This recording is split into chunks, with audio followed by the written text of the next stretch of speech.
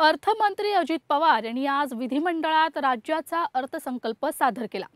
आगामी विधानसभा निवडणुकांच्या पार्श्वभूमीवर हा अर्थसंकल्प महत्त्वाचा आहे।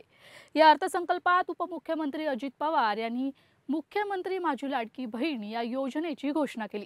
या व्हिडिओच्या माध्यमातून आपण या योजनेबद्दल सविस्तरपणे जाणून घेणार आहोत। अजित पवारांनी महाराष्ट्र सरकारकडून अर्थसंकल्प सादर केला, ज्यामध्ये महिलांसाठी अनेक चांगल्या आणि फायद्याच्या योजना जाहीर करण्यात आल्या।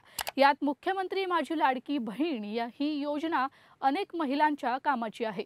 या योजनेअंतर्गत महिलांना 1,500 रुपये महिना मिळणार आहे। महिलांचा आर्थिक स्वातंत्र्य, स्वावलंब, सर्वांगीण विकासासाठी या योजनेअंतर्गत 21 ते 60 वयोगटातील पात्र महिलांना शासनातर्फे दरमहा 1,500 रुपये देण्यात येतील।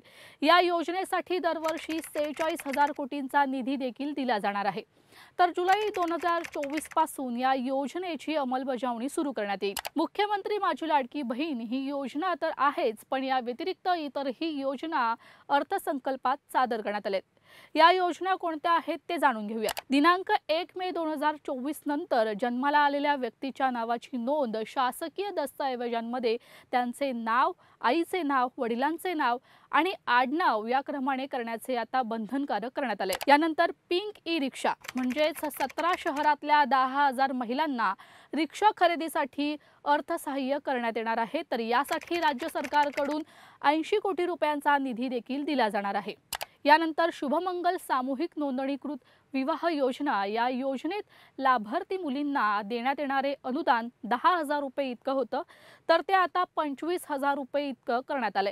तर राज्यातील सर्व आरोग्य उपकेंद्रात स्तन आणि गर्भाशय मुखाच्या कर्करोग तपासणीसाठी उपकरणे आणि साहित्यासाठी 78 कोटी रुपये निधी दिला जाणार आहे। तर गरोदर माता आणि बालकांची आरोग्य संस्थेत मोफत ने-आण करण्यासाठी 3,324 रुग्णवाहिका देण्यात येणार आहेत। यानंतर लखपती दीदी योजना, या योजनेअंतर्गत महाराष्ट्र राज्य ग्रामीण जीवनोन्नती 7 लाख नवीन गटांची स्थापना केली जाईल आणि बचत गटांच्या फिरत्या निधीच्या रकमेत 15,000 रुपयांवरून 30,000 रुपये इतकी वाढ देखील करण्यात येणार आहे।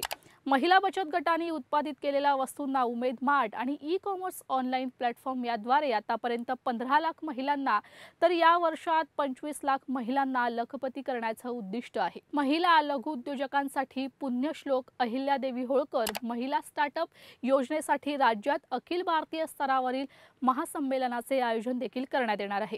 तर यानंतर आई योजनेअंतर्गत पर्यटन क्षेत्रातील महिला लघु उद्योजकांना 15 लाख रुपयांपर्यंतच्या कर्जावरील व्याजाचा परतावा मिळणार। तर या योजनेअंतर्गत 10,000 रोजगार निर्मिती देखील करण्यात येणार आहे।